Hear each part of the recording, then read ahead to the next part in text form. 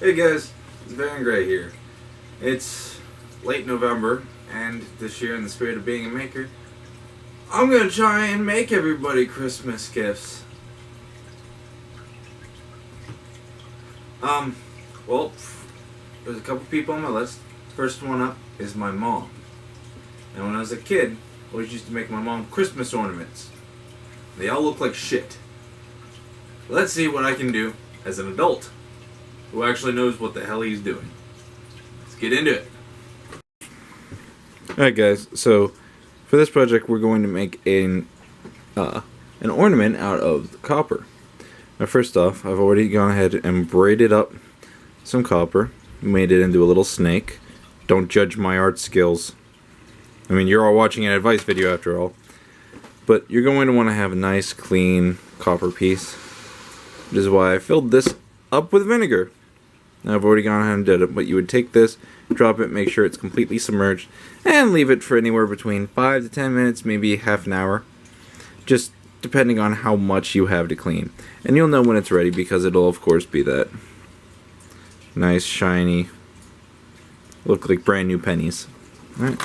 So after you've gone ahead and done that, you're going to need something to make your vapor chamber with. I'm using one of these shatterproof acrylic containers that I got at the store. And you're going to go ahead and take a paper towel, stuff it down in there. You're going to need to, hit up the trap house, get some baking soda.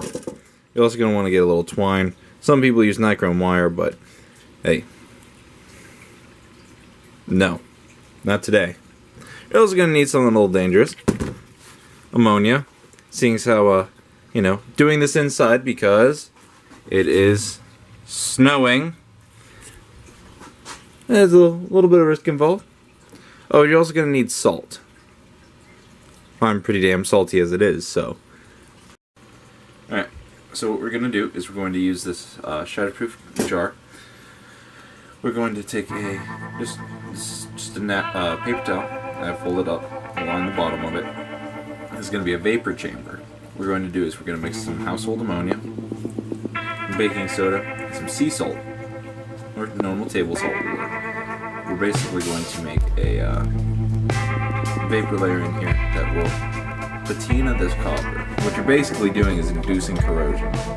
So, the reason I'm using this is because it has this rubber seal on it.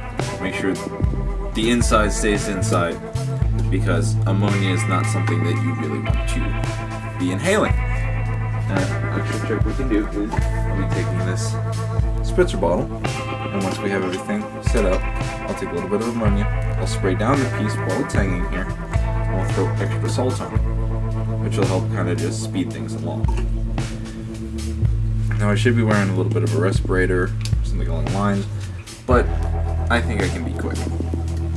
So first, you don't need a whole lot of ammonia. You just need to be damp in there. And I spilled a little bit there. That's one of the things that you don't want to do.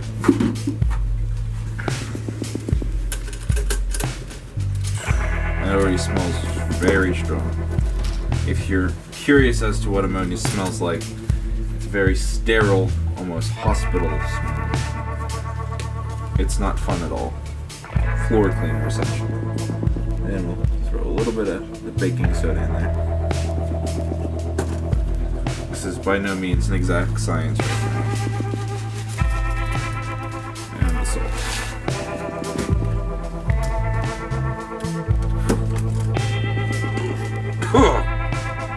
That's already taken my breath away, which means it's working. Very much so. Take a little bit of ammonia into the bottle.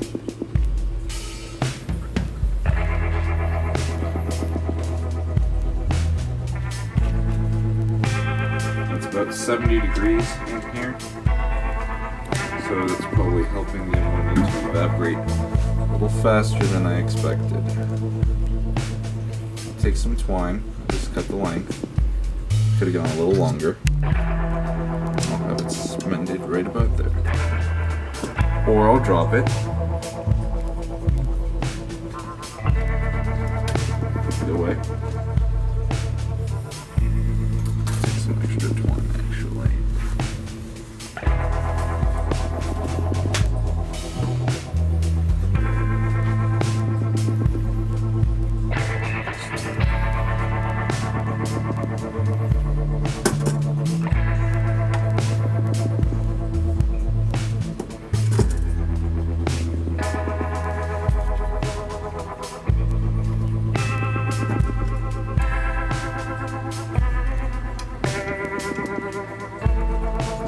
of stuff the science channels never really show.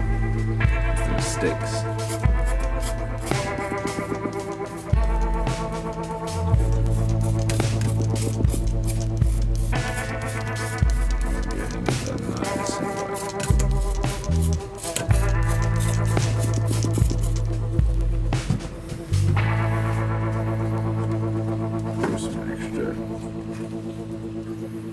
Baking soda on it. Soak that. Just keep in mind, if you can clean copper with a weak acid like vinegar, imagine what baking soda is going to do.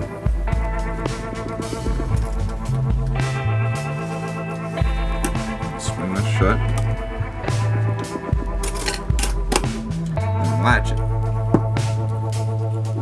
So let it sit in there and swing around a little bit. I'll come and I'll check on it every hour or so. Alright. So I let that reaction run for a couple of days. This is how it turned out. Obviously you can see from the way I had it hanging, the back end here didn't quite get it as much as the front. And if you're wondering what those little orange spots are, since I use copper-clad steel wire, that is regular rust. It's not too pretty, but hey, it's supposed to look somewhat naturally weathered, so I'd say it came out fairly well. Now let's try to clear coat this. And that was a fucking mess. Okay, so I attempted to plastic wrap the entire sink here. What I'm going to do is I'm going to set this just on there, because it's about 30 something degrees outside, almost 0 degrees Celsius. So this is what I got to do, because if I take this outside and spray it, it will not cure. Alright, so let's give this a shot. If you're wondering, I'm using like a Rust-Oleum, because I was told that it won't interfere with the color pattern too much. Alright guys, and this is the finished product. I mean, this light is doing it no justice at all, but you can see how epoxy is barely noticeable.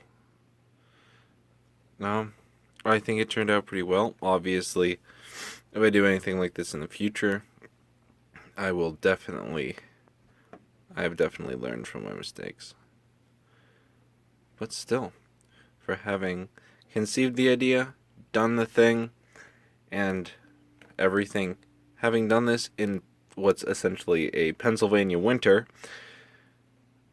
I think it turned out pretty well. If I did something like this over the summer, I'm sure it would turn out even better.